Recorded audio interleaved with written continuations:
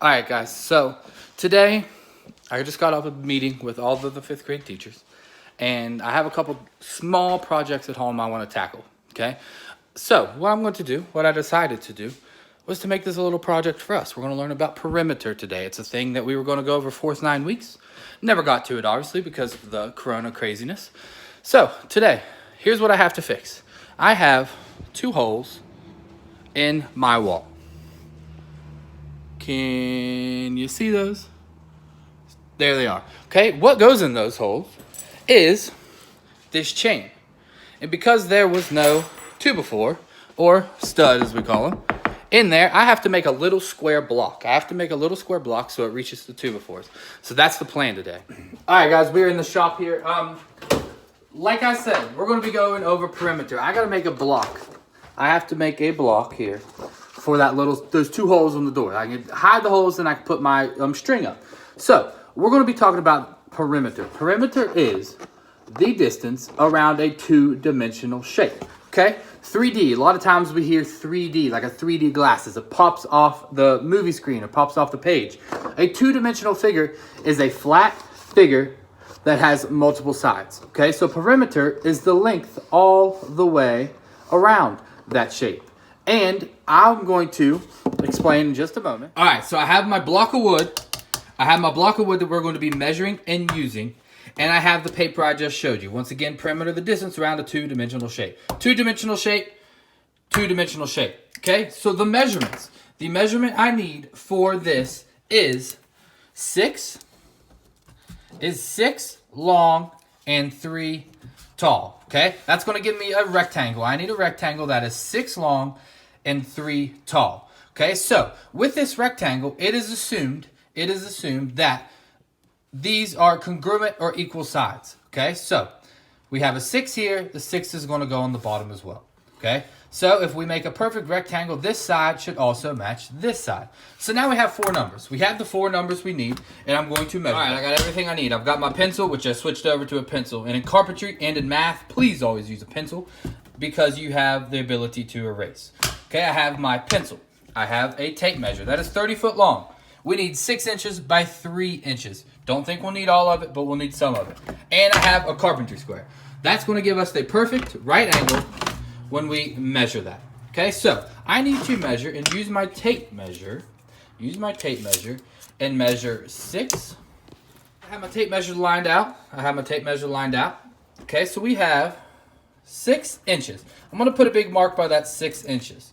Now what I could do is I could go ahead and mark my 3 inches, but I'm going to wait. I'm going to use my carpentry square and my pencil to make a perfect right angled line.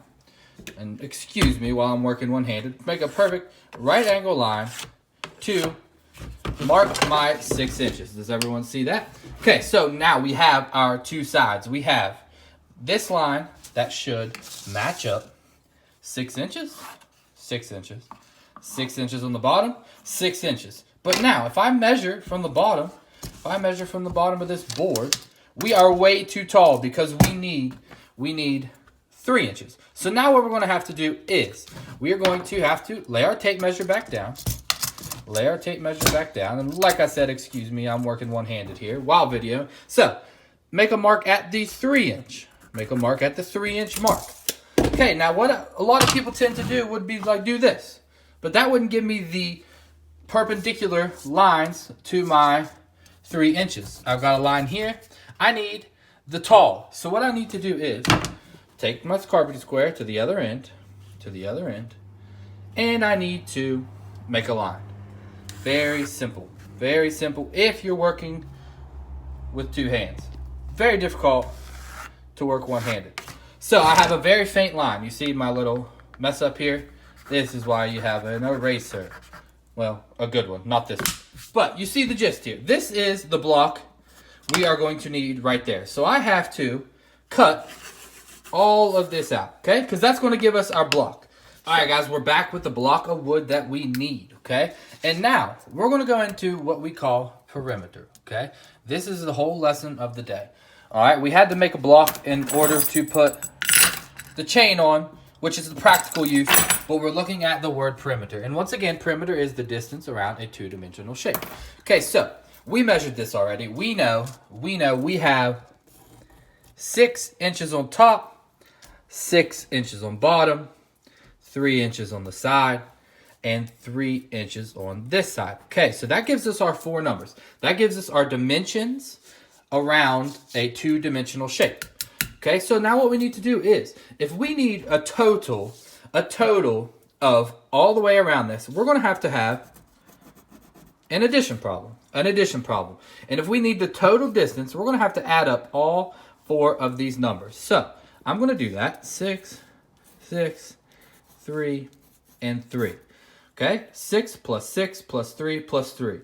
All right, I'm going to start here. 6 plus 6 is 12. 3 plus 3 is 6. And then we do an addition problem once again. That would give 12 plus 6, which will give us a total of 18 inches. The perimeter of our block that holds my lock is 18 inches. All right, so we have the block that we need. We have the block that goes with my lock in my house. Let's have another example, okay? I found this little piece of wood as I was searching for the block we actually need. I found this little piece of wood. So let's find the perimeter. We know the perimeter is the distance around the whole entire two-dimensional shape. So if these sides are the same and these sides are the same, we can measure the top, which is, according to my tape measure, 4 inches. So we have 4 inches on top. And like I said, if that's 4 inches, this will be 4 inches in our current example. This is a regular shape. We'll get into that here soon. This is a regular shape where the two sides match and have parallel lines. Okay, so we have our 4 inches. Now, we need to find these two. So we have to measure from top to bottom. And that's going to be 3 inches. So we have the 4 numbers that we need to find our perimeter. And remember, in a problem that requires the total distance, we have to add. All right, so we have 4 plus 4 plus 3 plus 3. And I'm going to do the method I enjoy and that I was taught. So 4 plus 4 is 8. 3 plus 3, once again, is 6. And then we're going to have that other addition problem, 8 plus 6. 8, 9, 10, 11, 12, 13, 14. So the perimeter of our second block, this block, is 14 inches. All right, so we have our block. We have our block that goes in the house for the lock. So, and we went through our lesson on perimeter today. Once again, perimeter is the distance around a two-dimensional shape. Okay, we have a flat shape. It has sides, and in our example, it has 1, 2, 3, 4 sides. But you can find a perimeter of a shape that has 20 sides. As long as you know the distance of each one of those sides, we can do a total problem and add them up, and we can find the perimeter. So, math, real life, it does happen. I hope you guys enjoyed the video and the first look of the shop. We're going to have lots of videos coming at you your way, different lessons from the shop. If you liked it, please share this video. I want to get this out to as many students, adults as possible. That way we can still be actively engaged during this time of isolation. I miss each and every one of you. See you later.